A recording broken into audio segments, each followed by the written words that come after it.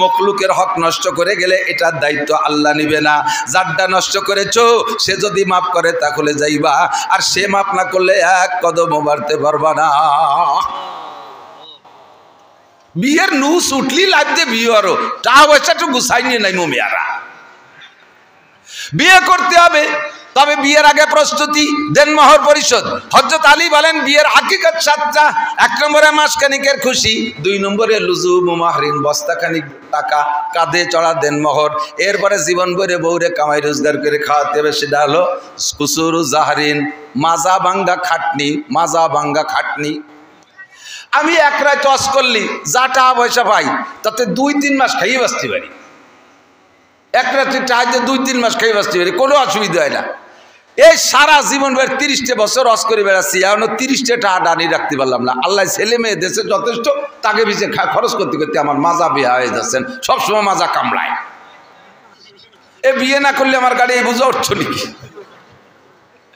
এরা কয় কুসুরু জাহরিন, উলামায়ে কেরাম একটু মনে রাখেন, সুরুরু শাহরিন লুজুমু মাহরিন কুসুরু জাহরিন মাজা ভাঙ্গা খাটনি।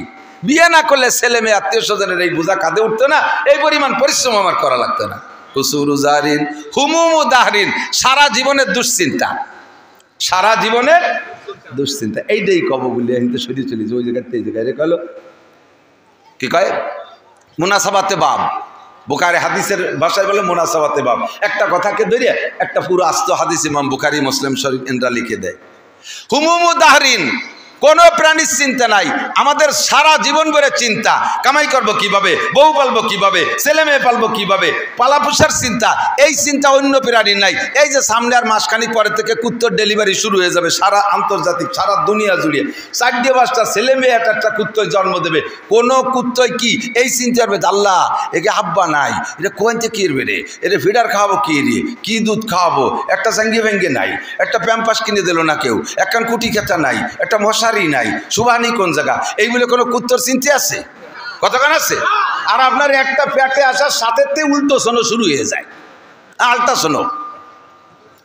বাচ্চা আইস পেটে আসছে, কালকে থেকে মেশিন শুরু হয়ে গেছে, কম্পিউটার দিয়ে চেক আপ, একেবারে 9 মাস পর্যন্ত চেক আপ, এরপরে তার জন্য ঘুষাঘুষি কত কিছু। আল্লাহু আকবার। এই চিন্তা অন্য প্রাণীর নাই, গরুরও নাই, ছাগলেরও নাই, কুত্তরও নাই, কোনো প্রাণীর এই চিন্তা নাই। এই হুমুম উদাহরণ দুশ্চিন্তা একমাত্র মানুষের। গম হামকো দিয়া সবসে যে মুশকিল নজর আয়া, অন্য কেউরে দুশ্চিন্তা দেই নেই, একমাত্র মানুষকে দুশ্চিন্তা। দেখেন যারা রাজা হবে বলে নাচিয়ে বেড়াচ্ছে, তাদের চাইতে আমরা ভোটাররাও চিন্তা কম হচ্ছি না। কতক্ষণ?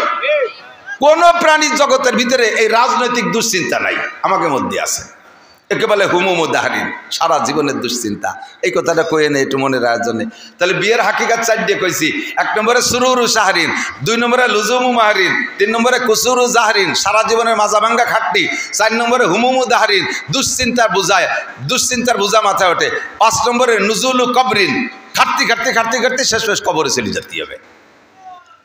6 নম্বর আর 7 নম্বর দুকুলু জান্নাতি নাও নারিন, ওই ভালো চালাইতে পারলে বউ বাচ্চারে সুন্দর পরিচালনা করতে পারলে বেশতে, আর যদি উল্টো পাল্টা চালাও তাহলে দোজক। এই হলো বিয়ে।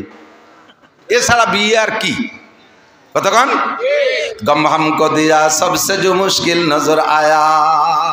আল্লাহ তাআলা আমাদেরকে দুশ্চিন্তা দিয়েছে। এবার দুশ্চিন্তার ভিতরে আমরা যে যে হালাতে আছি, আপনারা সাধারণ পাবলিক বিভিন্ন কাজে বন্টন আছেন। আমরা হুজুররা আপনারা মনে করেন যে সব হুজুরের এক কাজ, তা না। হুজুরকে ভিতরে আল্লাহ তাআলা কাজ ভাগ করে দিয়েছে।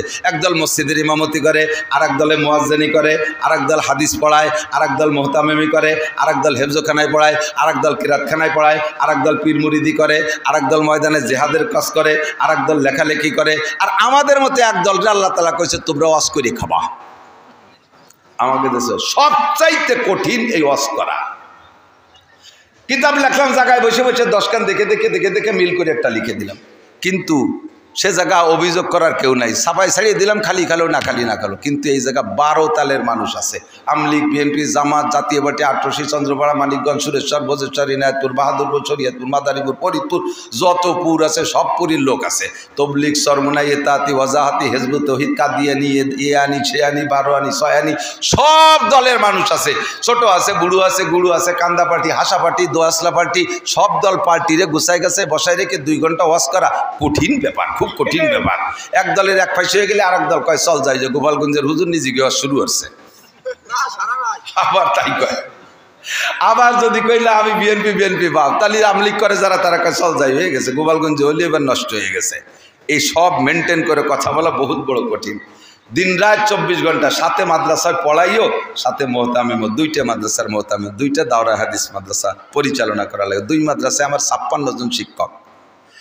সরকার 56টা টাকাও দেয় না, একখান হুটো টিনও দেয় না যে একটু সাবলা ঝুড়ো বানায় তলে তাইও কিচ্ছু দেয় না, এক মুঠ চাইল দেয় না। এই 56 জন শিক্ষক আর 2 মাদ্রাসায় 400 ছেলে বোর্ডিংয়ে খায়। আমার আপনার বাড়ি 2 জন 4 জন সদস্য নিয়ে আমি আপনি এটা স্থায়ী আয়ের উৎস আছে, কামাই রোজগার করে তাই সেই 4-5 জন মানুষকে খাওয়াই ভরাইয়ে খুশি রাখতে পারেন না। ও দোস্ত, 400 মানুষকে খাওয়াইতে হবে, যার যে যদি ভাতও দেন, পাতলা একটু ডাইলও দেন, চিন্তা করেন কি পরিমাণ খরচ। বছরে 12 মাসের 9টা মাস বোর্ডিংয়ে খাবার দেওয়া লাগে। এই 56 জন শিক্ষকের বেতন দেওয়া লাগে, থাকার জায়গা দেওয়া লাগে। আমার এক মাদ্রাসায় বিদ্যুৎ বিল আসে 25,000 টাকা। এলা আমাদের ছোট মাদ্রাসা। চট্টগ্রাম নানুপুর মাদ্রাসায় গেছি, আল্লাহু আকবার, একদিনে চাউল রান্না হয় বোর্ডিংয়ে 82 মন। পুরো এই মুস্কুন্নি ইউনিয়ন করে খাওয়ানো যায় না। এটা কোন ইউনিয়ন? তাহলে মুস্কুন্নি ইউনিয়ন করে দিছি। হামিদ্দি ইউনিয়ন, সারা ইউনিয়নের মানুষকে একদিন খাওয়ানো যায়। এই পরিমাণ চাউল এক মাদ্রাসায় একদিন রান্না হয়। নানুপুর, হাটাজারি এরকম হয়। খাওয়াই কে?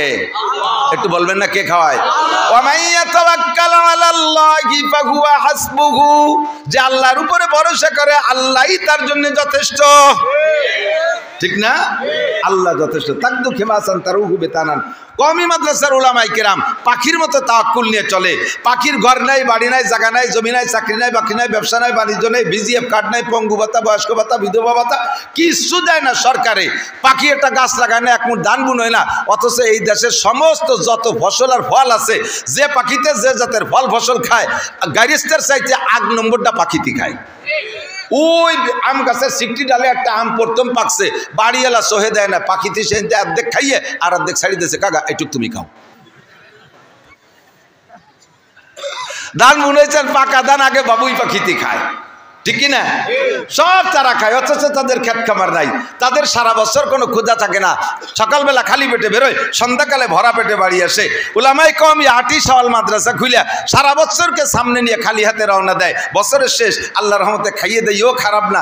আমি তো এই যে খাটতে শুয়ে যাচ্ছি, আর বাকি হুজুরকে দেখছেন আল্লাহর রহমতে গায়ে গতর গোস্ত আপনার কাছে বাড়িটা কম না, এর বেশ মাতিয়ে গেছে খাইয়ে দিয়ে। স্বাস্থ্য চেহারা কত সুন্দর, খাওয়াই কে? ওমাইয়া তাওয়াক্কাল আলাইহি। একদল কয় সার্টিফিকেট নাই কওমি মাদ্রাসায়, হুজুররা কি রেখাবে, কি রেখাবে? তুমি তো আমার সাথে আইসে খাইয়ে দাও, খাইয়েও শান্তি পারবা না। আমি তো মাঝে মাঝে কই, আল্লাহ না খাওয়া বিদ্যা পড়ি এত খাওয়া, না খাওয়া বিদ্যা পড়ি এত খাওয়া, খাবারের জ্বালায় আমি পাগল হয়ে যাই, পলায় থাকি যে খাবো না। রুজির মালিককে একটু এদিকে আসি দোস্ত, যারা দাঁড়িয়ে আছেন একটু বসার চেষ্টা করেন। আমি শুরু এবং শেষ, আরবিতে গেলে বেদায়া আর নেহায়া, খেয়াল করেন কি বলছি, বলতে পারবেন? বেদায়া আর নেহায়া। আল্লাহ পাক 1500 বছর আগে জানে যে মুস্কুন্নির এই মাহফিলে জায়গায় হবে না, জায়গায় টান পড়ে যাবে, লোক বেশি হয়ে যাবে, দাঁড়ায় থাকবে। এই জন্য একটা আয়াত ওই শোভা নাজিল করে দিয়েছে, ওয়াইজা কিলা লাকুম তাফাসসাহু বিল মাজালিস। যখন তোমাদের বলা হয় যে দেখো কত মানুষ আহলে হাদিস আলাগের মতো বই ছানা বাঁধে দাঁড়ায় রয়েছে, এইরকম যদি হয় যে ভিতরে জায়গা হচ্ছে না, বসার জায়গা, তোমরা একটু জায়গা করে দাও, একটু জায়গা ছাড়িয়ে দিয়ে জায়গা করে দাও। হয়তো বলবেন যে আল্লাহ আমি সেই সন্ধ্যের সময় এসে ফাঁসাই দিয়ে ঘষে বসে কত সুন্দর একটা জায়গা বানায় বসে রয়েছি, আমি এত ভালো জায়গা ছাড়িয়ে দিলি, তুমি আমার কি দিবা কও? পছন্দ হলে ছাড়বো, নাহলে ছাড়বো না। আল্লাহ ইয়াফসাহিল্লাহু লাকুম, সূরা তোরে বেহেশতের মধ্যে জায়গা দেবো। তোর এই যে মুস্কুন্নি জায়গার কয় টাকা দাম, বেহেশতের মধ্যে অট্টুক জায়গা ছাড়িয়ে দেবো। একটু জায়গা ছাড়িয়ে দিয়ে আগে বসলে বেহেশতের মধ্যে একটা জায়গা দলিল হয়ে যাবে। বলবেন না সুবহানাল্লাহ? আর কি একটু আগে বসবেন নাকি একটু জায়গা দিয়ে? আর যারা দাঁড়িয়ে আছেন তারা যদি বসে ওয়াজ শোনেন, হযরত আব্বাস রাদিয়াল্লাহু তাআলা আনহুর সাথে জান্নাতে যাবেন। হযরত আব্বাস জান্নাতি, নিঃসন্দেহে হযরত আব্বাস জান্নাতি, হযরত আব্বাস জান্নাতি। যদি বসে বয়ান শোনেন, হযরত আব্বাসের সাথে জান্নাতে যাবেন। সবাই বলেন আমিন। আবার অনেকে বস্তি করার সাথে সাথে উঠে আটা দেয় কেন্নর মতো। কেন্ন চেনেন নাকি? ওই যে কেন্ন পোকা কয় না, এর অনেক পাওয়ালা, ওই যে লম্বা লাল লাল আছে ভ্যারাইটি রঙের, কেন্ন কয় নাকি নাকি? হ্যাঁ, কেড়া কেড়া কেড়া পোকা চেনেন না? লম্বা লম্বা লাল কেড়া। ও কি পাও বেশি বলে জোরে আটে নাকি? অনেক পাও বিদায় অত জোরে আটে না, রেলগাড়ির মতো। কিন্তু রেলগাড়ির তো গতি আছে, তো আটে আস্তে আস্তে, এখন ওরে যদি ঠেলা দেন যে এইভাবে আটলি পারে তুমি কোন সময় ভাঙ্গা যাবা না, একটু জোরে আট, তাহলে কি রে গোল হয়ে ভয় সাজ দেখা পারলি তুই আইটি বেড়ে আমি আটবো না। যারা দাঁড়াই বাদ শুনতেছে তাকে বসতে গেলে যদি ঠিক আছে তুমি হয়েছে সস করে বেড়াকে আপনার তাও শোন বলে আসে, তার এক বিপদ। আটা দিলে যদি কেড়ার মতো গোল হয়ে যায়। তো যে যেভাবে পারেন সেইভাবে শরীর। আমি শুরু আর শেষ দুইটা বলবো।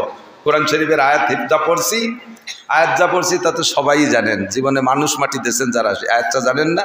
মিনহা খলাকনাকুম পড়বেন, ওয়াফিহা নুঈদুকুম ওয়া মিনহা নুখরিজুকুম তারাতান উখরা।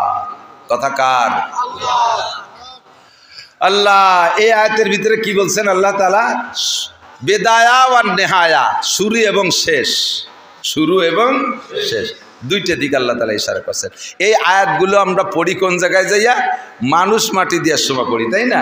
সাহাবায়ে কিরামদের থেকে হুজুরের থেকে এ পর্যন্ত পড়তে পড়তে আসতেছে, তাই আমরা এটা এখনও পড়ি এবং পড়াও চলতে তালে থাকবে।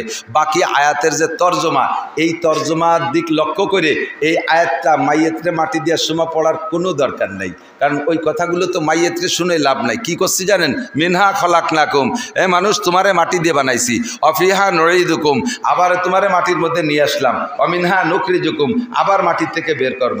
মানুষ মাটি দেওয়ার সময় মরা মানুষটারে এই কথা শুনুনি 5 পায়ের দাম আছে, কারণ তার জবাবটা তো ইয়ে গেছে। কিন্তু পড়ি কেন? কাফাবিল মাউতে ওয়াইজা, একজন মানুষের সবচাইতে বড় ওয়াইজ, সবচাইতে বড় নাসে উপদেশটা হলো সামনের পর কেউ মরে যাওয়া।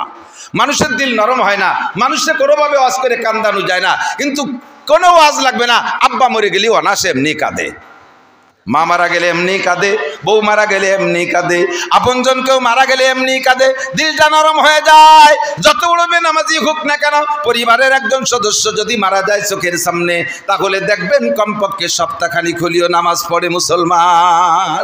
কতক্ষণ ঠিক না? কাফাবিল মাউতে ওয়াইজা, মরণের চাইতে বড় বক্তা আর হয় না, মরণই হলো সবচাইতে বড় ওয়াজ।